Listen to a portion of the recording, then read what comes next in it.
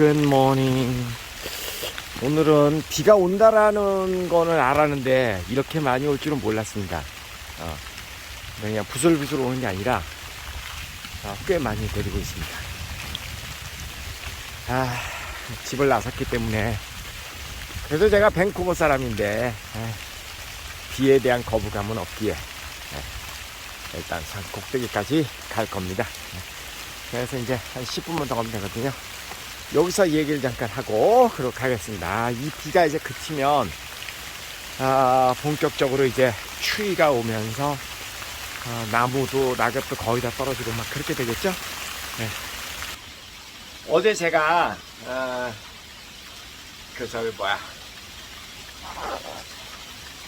소명의식을 가지고 한번 우리 직장 생활을 해보자 그런 이야기를 어제 전했죠. 근데 댓글로 참 많은 분들이 글을 주셨는데 참 그 마음이 좀 찡한 그런 글들도 많이 있었습니다. 가장 많은 좋아요를 받은 그 댓글이 뭐가 있었냐면, 내가 당시에 그 대학교 갈 때 의과대학을 갈 정도로 점수가 나왔는데 부모 말씀 안 듣고 그냥 딴 길로 가서 회사 생활을 하다 보니까 이 나이가 되니까 이제 팔이 목숨이고 남편은 그리고 나는 지금 와이프 부인께서 쓰신 글 같아요. 나는 지금 코인 투자하고 그 다음에 주식 투자하고 그러는데 이게 또 언제 어떻게 될지 몰라서 늘 불안불안하다. 그래서 부모님 말씀 잘 듣고 능력되면 의대 가는 게 최고다. 뭐 이런 이야기를 댓글로 주셨습니다. 많은 분들이 참 많이 노력을 했음에도 불구하고 현실적으로 이제 나이가 드니까 힘들고 소명의식을 가지고 사는 게 그렇게 말만큼 쉬운 일이 아니지 않느냐. 오쌤은 좀 특혜를 받았다, 운이 좋았다라고 생각을 해라, 부럽다, 뭐 이런 이야기예요. 마음이 참 많이 아팠습니다, 그 이야기를 들으면서. 근데 저는 전반적인 이야기에 저 개인적으로는 동의할 수가 없습니다. 몇 가지 이유 때문에 그렇죠. 우선 첫째, 의사라고 하는 직업을 가지신 분들은, 자, 우리 조금 전에 그 글을 주신 그분, 그러니까 남편이죠. 남편분이 지금 뭐 기자를 하신다고 그러셨어요. 그분하고 한번 비교를 해보자고요. 그러니까 대충 연배가 저하고 비슷하지 않을까 싶어요. 대충. 그 당시에는 그 언론고시라고 해서, 그죠, 뭐 조선일보, 동아일보, 중앙일보 이런 신문사들, 그리고 뭐 MBC, KBS 이런 거 언론사에 들어가는 것이 어마어마하게 힘들었죠. 굉장히 힘들어서 언론고시라고 얘기를 했습니다. 많은 사람들이 선망하는 그런 직업이었고요. 그런데요, 가만히 생각을 해보세요. 그 의대를 간 사람하고 그 다음에 뭐 기타 뭐 영문과, 뭐 정외과, 뭐 경제학과, 기타 학과를 간 사람들하고 아마 그 뭐 7호학번에서 8호학번 정도 사이에 되시는 분들은 이해하실 수 있을 겁니다. 의시대를 간 학생들의 대학생활하고 그냥 기타 학과를 다니는 학생들의 대학생활하고는 솔직히 얘기해서 하늘과 땅 아니었나요? 그죠? 의시대 다니는 학생들은 예나 지금이나 진짜 그때도 공부 어마어마하게 했죠. 노는 게 거의 없잖아요. 의대생들 그렇잖아요. 불쌍하게 공부했죠. 6년 동안 공부를 했죠. 그리고 또 전문의 딸 때까지, 그리고 나서도 인턴 레지던트 거치면서 또 뭐 전문의까지 가려면 거의 30대 초반까지는 대학 들어가갖고 아주 10년, 15년은 엄청나게 고생하지 않나요? 거의 뭐 3, 4시간 자면서. 전 맞죠? 그리고 공부를 했습니다. 반면에 그냥 일반 학과 다니는 사람들은 대학생을 어떻게 했습니까? 그 당시에. 솔직히 고시 공부한 사람들은 뭐 고시 공부하느라고 바빴지만 많은 경우에는 즐겁게 살았지. 미팅도 하고 뭐 그 당시에는 뭐 수업도 많이 빠졌죠. 뭐 대리 출석이라는 것도 있었고 뭐 뭐 가을 되면은 학교 축제도 있었고 많이 놀았지 솔직히. 네. 그리고 이제 직장 생활을 시작을 보통 한 26, 군대 갔다 오면 그때 하나요? 신참 때는 좀 힘들었죠. 그래도 뭐 이제 대기업이라든가 이렇게 좋은 직장, 흔히 이야기하는 좋은 직장 다니는 사람들은 참 그 당시에 고생 많이 했습니다. 네. 제가 하고자 하는 이야기는 이겁니다. 모든 의대생이 다 잘 풀리고 다 잘 살고 그러는 건 아닙니다. 또 설령 경제적으로 조금 풍요롭다고 해서 그들이 꼭 행복한 것은 절대 더더군다나 아닙니다. 하지만 기본적으로 의사가 된 사람들은요, 초중고서부터 공부를 진짜 많이 한 사람들이고, 그리고 대학교 이후 한 30대 초반까지는 인생을 그냥 갖다 바친 사람들입니다. 갖다 바친 사람들이죠. 그러니까 기본적인 생활 보장을 해주는 거죠. 그거에 따른. 그러니까 의사들은 페이닥터를 내도 기본적으로 1,000만 원 이상은 되잖아요. 그죠? 그러니까 얼마나 평생을 열심히 한 전문 분야의 자기의 전문성을 갖추기 위해서 그렇게 노력을 한 사람들입니다. 왜 우리는 그거를 간과하죠? 그래서 참 고생 많이 한 사람들이죠. 물론 다른 직종에 계신 분들도 그렇게 얘기하실 분들이 있을 겁니다. 오쌤 여보셔, 나도 회사 생활하면서 그렇게 녹록하지 않았어. 그런데 이런 건 있습니다, 여러분. 여러분, 회사 월급쟁이라고 하는 거는요, 돈을 벌기 위해서 월급쟁이 하는 거 아닙니다. 이건 명백해야 합니다. 그 공무원이 되거나 아니면은 뭐 회사원이 된다는 것은 큰 돈을 벌기 위해서, 경제적으로 풍요롭기 위해서 회사 생활을 한다거나 월급쟁이가 되는 건 절대 아닙니다. 그렇게 되어 있지 않습니다. 뭐 조금 더 월급을 많이 줄 수는 있지만 본래 그 월급을 받는 그 행위를 하는 월급쟁이는요, 큰 돈을 벌 수 없는 구조입니다. 왜냐고요? 안전 보장을 해주잖아요. 월급쟁이는 망해봐야 월급 안 받는 게 끝이잖아요. 근데 사업가는 쫄딱 망하잖아요. High risk, high return. 어쩔 수 없는 겁니다. 그러니까 만약에 월급쟁이를 하면서도 나는 큰 돈을 벌기를 원했다 그러면은 둘 중에 하나를 해야죠. 월급쟁이를 해갖고 거기서 배운 기술을 가지고 나와서 독립해서 중소기업이라도 차려서 사업가가 되던가. 그런 사람 많이 있죠? 아니죠. 중소기업 하는 사람도 대부분은 그런 사람이죠. 처음에 나 월급쟁이로 시작했다가 거기서 배운 기술이라든가 인맥이라든가 이런 걸 활용을 해서 나는 허허벌판으로 나가서 나의 영역을 개척하면서 나는 내 인생을 한번 돈도 벌고 나의 사업체를 갖고 펼쳐보겠다. 이게 그 사업가잖아요. 그죠? 그러니까 만약에 내가 돈을 원했다면은 그런 리스크 테이킹을 했어야 됐죠. 그 당시에. 그 다음에 또 이런 경우도 있죠. 월급쟁이를 하면서 세컨 잡, third 잡을 가는 거죠.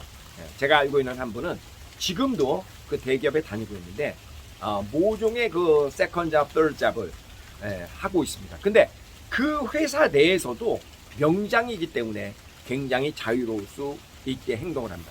명장이 된다는 것은 그 기업에서도 어느 한 꼭지 정점에 가 있다는 얘기잖아요. 그렇지 않나요?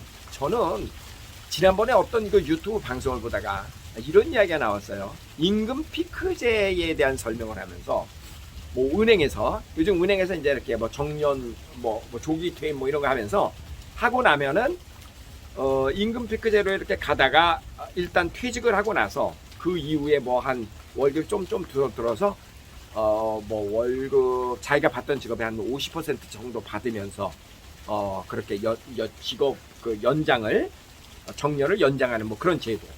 근데 저는 그 얘기를 들으면서요. 저는 한 번도 조직 생활을 해본 적이 없는 사람이잖아요.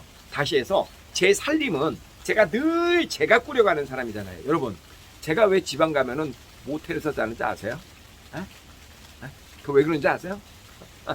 내 돈이기 때문에 그래, 내 돈. 제가 하는 회사는 큰 회사가 아니잖아요. 구멍가게잖아요. 그러니까 다 내 돈입니다, 내 돈. 그러니까 아까워서 호텔에서 못 잡니다. 잠만 살짝 자고 오는데. 근데 내 나이 정도 되고 나 정도의 기본 능력이 있는 사람이, 이 정도의 경력이 있는 사람이 내가 만약에 조직의 일원이라면은 기업이라든가 국가 공무원이라든가 그러면은 내가 모텔에서 자겠습니까? 호텔에서 자지. 당연히. 비행기를 내가 이코노미를 타고 다니겠습니까? 당연히 비즈니스를 타고 다니죠. 회사 돈으로, 국가 돈으로, 저 정도 열심히 산 사람이라면 그 정도 대우 받지. 그런데 내가 왜 이코노미를 타고, 내가 왜 모텔에서 자겠냐고요. 내 돈이니까. 제가 무슨 얘기를 하려고 하냐면, 이 조직에 있는 사람들은요, 퇴직을 했는데 하는 일은 똑같은데 임금 피크제를 거치고 나면은 지금까지 받던 돈의 50%밖에 못 받는다. 그 얘기는 뭐를 의미하는 거예요? 그 얘기는 50% 정도의 돈을 줘도 그 일을 할 수 있는 사람을 얼마든지 구할 수 있다, 그런 얘기입니다. 역설적으로 얘기하면 맞잖아. 그 얘기를 또 달리 얘기하면 뭐예요? 내가 은퇴하기 전에, 그러니까 그 회사에서 정년퇴임하기 전에 받던 돈은 내 능력보다 2배를 받았다라는 이야기입니다. 그 얘기는 또 뭐예요? 나는 회사 생활을 하면서 능력 개발을 안 했다라는 의미입니다. 말 조금 심하게 해볼까요? 여러분, 회사 생활을 하면서 왜 눈치를 봅니까? 왜 눈치를 봅니까? 왜 눈치를 보냐고? 잘릴까봐? 잘리는 게 왜 두렵습니까? 여러분이 능력이 있다면. 날 잘러? 이게 바보네. 딴 데로 간다. 바이바이. 딴 데 가면 되지. 맞잖아요. 네? 그게 그렇게 쉽냐고요? 물론 쉽지 않지. 쉽지 않으니까 대접을 받는 거지. 뭐가 복잡해요? 그렇잖아요. 저는요, 평생을 정말 땅떼처럼 산 사람입니다. 땅떼처럼. 네. 부모님의 큰 도움을 받은 적도 없고, 그리고 정말 지금까지 늘 혼자, 이 자수성가한 거죠. 그러니까 늘 맨땅에 헤딩하고, 맨땅에 개척하고, 맨땅에 이렇게 했기 때문에 제 몸은요, 완전히 게릴라 전법으로 저는 몸이 그렇게 되어 있습니다. 저 지금 이 나이에도요, 어디다 던져놔도 저 자신있게 잘 살 수 있는 자신이 있습니다. 왜? 그렇게 살아왔기 때문에. 정신력도 대단하고, 하기가 그렇습니다. 네. 자, 다시 정리하면 이거예요. 제가, 여러분 아까 부모가 의대를 가라 그랬는데 의대를 안 가서, 의대를 갈 수 있는 능력이 있었는데, 근데 의대를 안 가서 그냥 회사 직장생활 했더니 지금은 팔이 목숨이고, 그리고 사는 게 불안불안하다라고 얘기하시는 것은, 대학교 그 당시에는 의대를 갈 수 있는 능력이 있었다고 인정. 네, 하지만 그래서 의대를 간 사람은 그 이후에도 엄청나게 열심히 살았던 사람이고요. 그리고 그때 의대를 안 가고 그냥 일반 직장으로 간 사람은 직장에 가서 그냥 살아왔기 때문에 지금 이 순간 팔이 목숨처럼 느껴지는 겁니다. 만약에 직장 생활을 했어도 정말 열심히 하고 특허도 내고 뭔가 이 직장에서 없어서는 안 되는 귀중한 존재가 되었더라면, 지금 이 나이가 되더라도, 그 나이가 100살이 되더라도 그 사람은 쓸모있는 존재로서 여기저기서 데리고 갈 겁니다. 저 외대 포르투갈학과 나갔어요. 네. 근데 어떻게 했냐고요? 저 대학교 때 28권 책을 써냈다고요. 제가 지금까지 써낸 책이 발표해서 판매된 양이 2,400만 권 정도 된다고요. 네. 그리고 이 나이까지, 여러분 보시잖아요.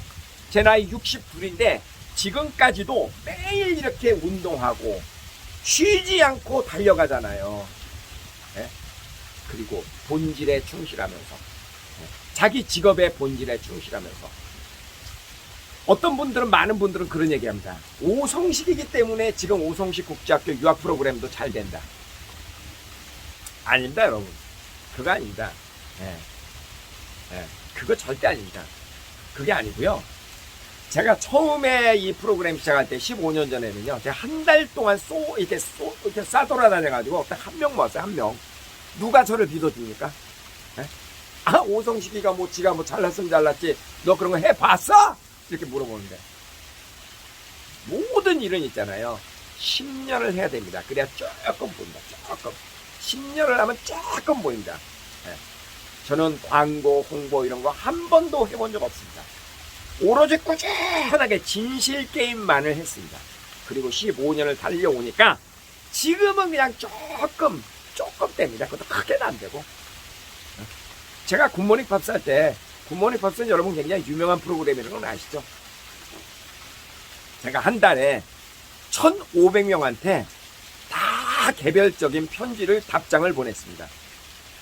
혹시 지금 이거 이 방송 보고 계신 분들 가운데 제가 보낸 편지를 받으신 분 계시면 댓글로 한번 써보세요. 나 오쌤이 보내준 편지 받은 적 있어요. 그리고 그 편지는 개별 편지이기 때문에 다 다릅니다. 1500통이 다 다릅니다. 10년 동안 그렇게 했습니다. 참 무식했죠? 맞아요. 무식했습니다. 전 그렇게 살아온 사람입니다. 자, 결론은 뭐냐면요. 여러분, 남의 떡이 커 보이는 겁니다. 남의 떡이. 그리고 어떤 일을 해도 거기에는 승자가 있고 패자가 있습니다. 의사들도 망한 의사들도 많이 있고, 또 겉으로 보기에는 화려하게 보여도 실질적으로 속은 골마서 마음앓이 하고, 그리고 돈만 많았지 또 우울하고 그런 사람들 뭐 많습니다. 진짜 많습니다, 여러분. 네. 보이는 게 절대 다가 아닙니다. 그리고 내가 상대방을, 어떤 분 또 그런 댓글도 주셨어요. 오쌤이 그렇게 이타심을 가지고 사는 그런 정신자세요. 그러니까 남을 배려하고 남을 위해서 사는, 남을 위해서 일할 때 기쁘다라고 하는 그 마음 자세가 정말 반갑습니다. 뭐 이런 이야기. 근데 있잖아요. 물론 이제 그 댓글 정말 고맙습니다. 근데 여러분, 세상의 이치라는 게 간단한 거 아니에요? 내가 상대방을 위해서 존재할 때 상대방도 나를 위해서 존재하는 거지. 내가 저 사람을 좀 어떻게 이용해 먹겠다 그러면 상대방이 바보입니까? 상대방이 바보냐고요? 너무 당연한 거 아니에요? 그러니까 이타심, 타인을 위한 삶을 산다라고 하는 것은 그것이 곧 나를 위한 삶을 사는 겁니다. 그것이 곧 나를 위한 삶을 사는 겁니다. 세상 하나도 복잡하지 않은데, 참 세상 사는 거 복잡하지 않은데, 적게 일하고 많이 벌려고 그러고, 나는 상대방을 이용하는데 나는 상대방한테 뭘 주고 싶지 아니하고, 상대방으로부터 대접받고 싶고, 나는 멋있어 보이고 싶은데 실제로는 별로 멋있지 않고, 그러니까 마음이 힘든 겁니다. 어떤 일을 하더라도요, 여러분 그런 거 없어요. 내가 지금 여러분이 하고 있는 일에 대해서, 야, 이 세상에 이 일을 나보다 더 잘할 수 있는 사람이 있으면 나와보라 그래. 그럴 자신 없어요? 네? 그리고 야, 진짜 내가 이 돈 받고 이 일을 하는데 정말 이 사람은 복 받은 사람이야. 정말 나만큼 이렇게 정성스럽게 이렇게 혼신을 다해서 이렇게 잘한 사람 대한민국에 있으면 나와보라 그래. 정말 멋져. 야, 복 받았다. 여러분 그럴 자신 없어요? 그러면 여러분은 상대방한테 그렇게 아니하고 상대방으로부터 귀한 대접을 받고 돈도 많이 벌고 인정받고 가능합니까? 불가능하죠. 아니, 굉장히 심플해요. 하나도 복잡하지 않습니다. 고로 결론은 뭐냐면, 내가 만약에 행복하다 그러면은 다 행복하게 살 만한 이유가 있게 인생을 산 사람들입니다. 나는 세상이 두 조각이 나도 두렵지 않다라고 하는 것은 그만큼 세상으로부터 인정받을 자신이 있게 살아온 사람들입니다. 결국 어떠한 내 자신이 나를 생각했을 때 어떤 생각과 어떤 이미지도 결국은 내가 만든 겁니다. 누가 만든 게 아니고 내가 만든 거라고요. 내 스스로. 고로 내 인생에 대한 책임은 끝까지 내가 지는 겁니다. 그게 다입니다. 자, 가위바위보 하고 오늘도 이제 가보겠습니다. 가위바위보,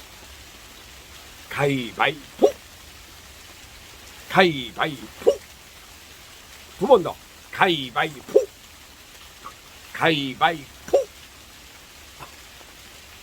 여러분, 제가 오늘 조금 목소리 높였죠? 미안해요. 용서해주세요. 오늘도 행복하시고요. 비가 오는데 이제 저 조금만 올라가면 정상이니까 정상까지는 갔다 가도록 하겠습니다. 안녕히 가세요. 어떻게 태어난 인생인데 오늘도 정말 행복하시던가.